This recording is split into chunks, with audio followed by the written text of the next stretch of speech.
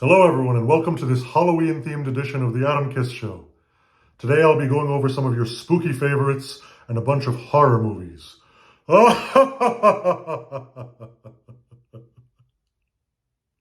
get right into it.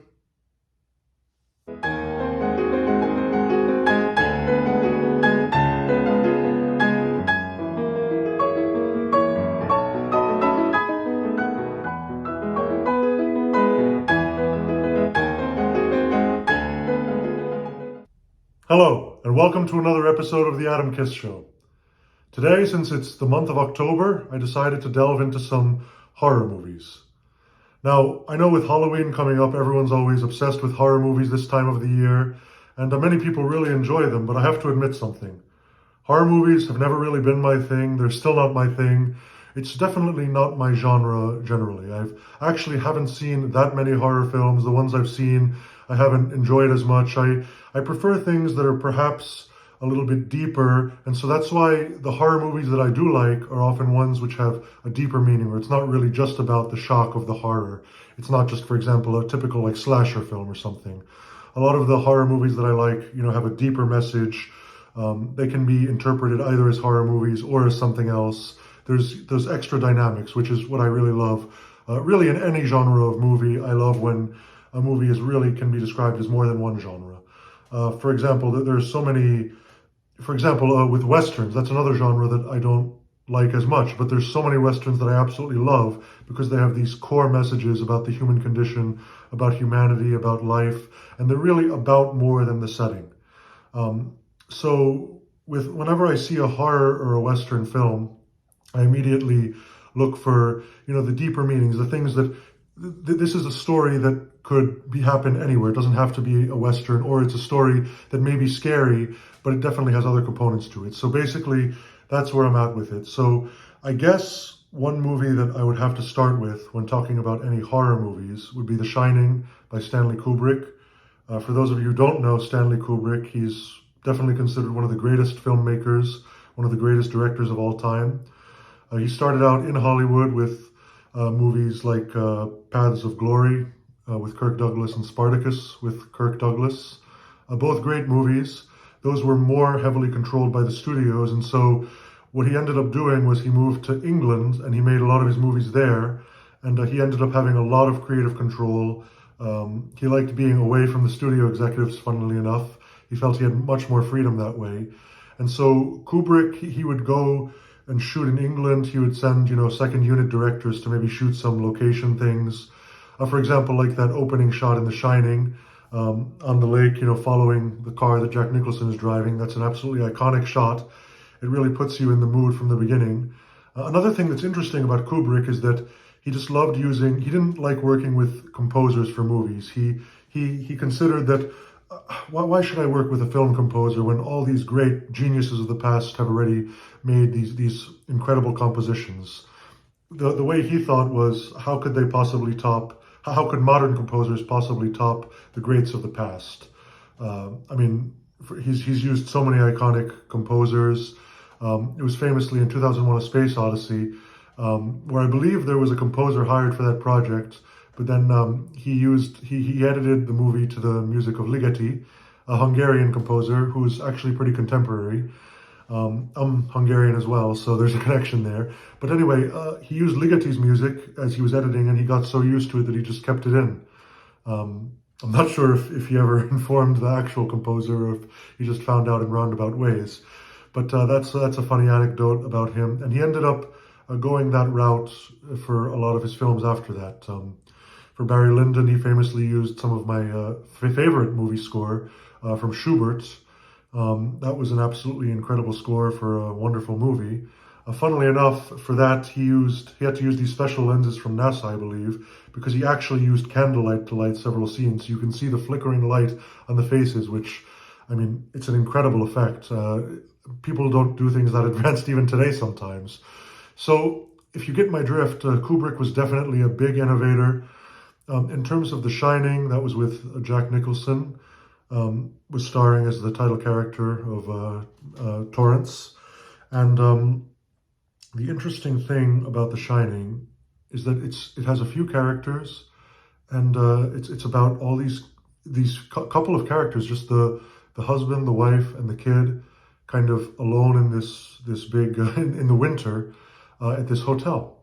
And really, that's already enough of a premise. It's a simple premise, but it's a good premise. A lot of times, the simplest things are the best, and then it's about a lot of it can be left to interpretation, and that's true with a lot of Kubrick movies. You can think about them more, and then they have different meanings, and different people have different meanings for them. And that's something that I absolutely love in my own films and my own work, is when people have different interpretations of the actual film or the work of art. I believe that really includes the audience in whatever you're making. So the point is, The Shining, it's a horror movie, but it's also a psychological drama. It's also a domestic movie about a family. It's a lot of things in one. It's a mystery because you don't know what's going on. And in horror, I find that low-budget horror movies often do better. Not that this was low budget. It was not a low-budget movie. But I'm generally talking about movies that can't show the monsters so often or whatever is scary so often. Those do better because a lot of times, silence is the scariest thing. Sometimes not seeing something is the scariest thing because then your imagination can fill in the gaps, Our imagination comes up with way scarier things than CGI can. Let's put it that way. And I mean, in The Shining, it's all about that. You don't see, it's all about the silence, the waiting. It's about what you don't see, the way you interpret things. So again, that's definitely a movie. I think it's absolutely one of the great movies ever made, even though I'm not into horror. But as I mentioned, it's not really about horror. It's not about cheap thrills. It tries to make some deeper statements than that, I believe. And what those statements are can be debated based on who interprets them, which is what I like. I mean, I like movies that don't shove a message, that don't try to force a message down on you. I think that forcing a message it's kind of like, when you tell a child to do something, they want to do the opposite thing. A lot of times when you see a movie that has the message totally forced at you, then you just literally want to turn it off and just think the opposite way. And anyway, I think that, subtlety is definitely the friend of filmmakers, of all storytellers, really. It's all about the subtlety. It's all about creating a work of art over creating a message. At least that's my opinion.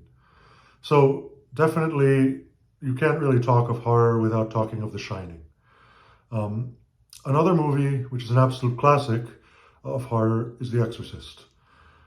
This is by William Friedkin. It was directed by, and it was based on a novel, so it was not an original script. The Shining itself was also based on a novel, so both of these were taken off of a book as a source material. But The Exorcist is a very different movie. It does show more graphic things.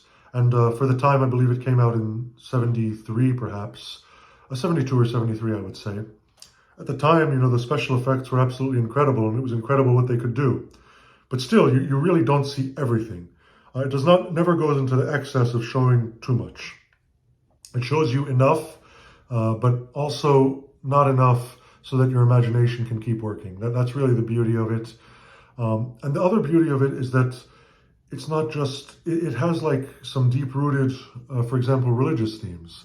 It's, about Catholicism and all of that. And it has, a lot of moral themes, and it has a lot of interesting characters. So, and really, the first half of the movie, you wouldn't necessarily know it's going to be a horror movie. And in the first half of the movie, you really don't see anything, and everything's left up to your interpretation, which is a great thing.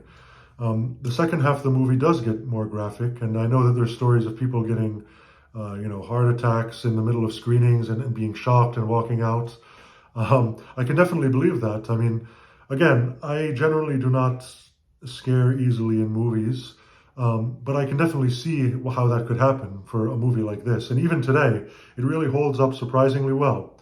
And that's the other thing with a lot of horror movies, they get shown, they're scary, maybe they find an audience, but they're forgotten quickly. I mean, these two movies I'm talking about, I can't imagine people forgetting about them. They're going to be talking about them long after we're all gone, I'm sure. Clearly, just like they'll be talking about all of my movies. But yeah, I mean, Friedkin, I think he did a great job with directing it. I think he walked the fine line between showing too much, showing too little. It's very tricky. It's a tricky it's a tricky story because it's simple at its core, but there's obviously a lot of intricacies. And whenever you're adopting something from a book, it's always hard to figure out, what to keep, what to get rid of. Because, I mean, a book can be so much longer than a movie. A book can go off on all kinds of side adventures. It's like in Tolstoy style, he could go off on a 200-page side adventure and then suddenly come back to the story. Maybe in a movie, you can't quite do that. In Anna Karenina, same thing. So a lot of Tolstoy used a lot of that work, and filmmakers have used that in the past as much as they possibly could. But still, you have to condense the book into a 2-hour movie. These days, I know movies are getting shorter and shorter. The good thing is that if you adapt a book to a series, you technically have more time, but then it may be stretched out too much. So it's really a delicate fine line based on what should be done, what can be done creatively. And there's really so much that can be done with a book. Two different directors can interpret a book two totally different ways. That's really the beauty of of art in general. That's the beauty of all art, not only filmmaking. And so with The Exorcist, it's another great movie, especially because it's not really a horror movie. It is, but it has way deeper meanings than that. So other than those two movies, those are the two that immediately spring to mind. I do like the original Dracula with Bela Lugosi. He was also Hungarian. He was a famous Hungarian actor who did a lot of Hollywood movies. In the early days of Hollywood, in the 1930s especially, he's known for a lot of his work.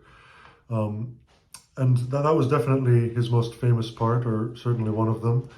And I do like that original version. I've seen some of the later versions. It's perhaps not as much my cup of tea.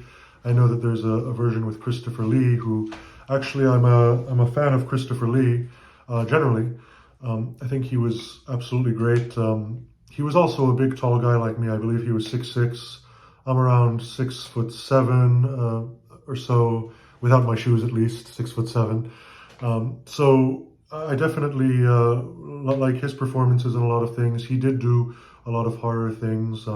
Obviously, some better, some worse. He often said that a lot of his movies didn't turn out well, but he only did them because there was really nothing else to do, and because the producers already, booked his name for a certain script. And even if he didn't like it, he didn't want to keep people out of work. So he kind of was pressured to do a lot of things that way. But in terms of horror movies, I would say that what I've talked about, that's about it in terms of what I like. Again, horror is 100% not my genre. I can't really imagine ever doing a horror movie. It's at least not writing and directing one. It's just not something I'm inspired to write. It's not something I'm inspired to do. I just don't feel any motivation whatsoever. It just feels like I'd rather work on deeper things than just than a simple scare, than just like a cheap thriller, a cheap scare. If I would do one, it would have to be a very substantial one with a lot of deeper meanings, deeper undertones and symbolism, metaphor, all of that good stuff. Not to say that a lot of horror movies don't have some of that stuff, but obviously some of them are just simple horror movies, which no shame in that, it's just not exactly my cup of tea. So anyway, I hope that you liked this October-themed episode of our show for Halloween coming up. Be sure to follow me on Instagram, TikTok, YouTube, Twitter, Facebook, all the social media platforms. And thanks so much, everyone.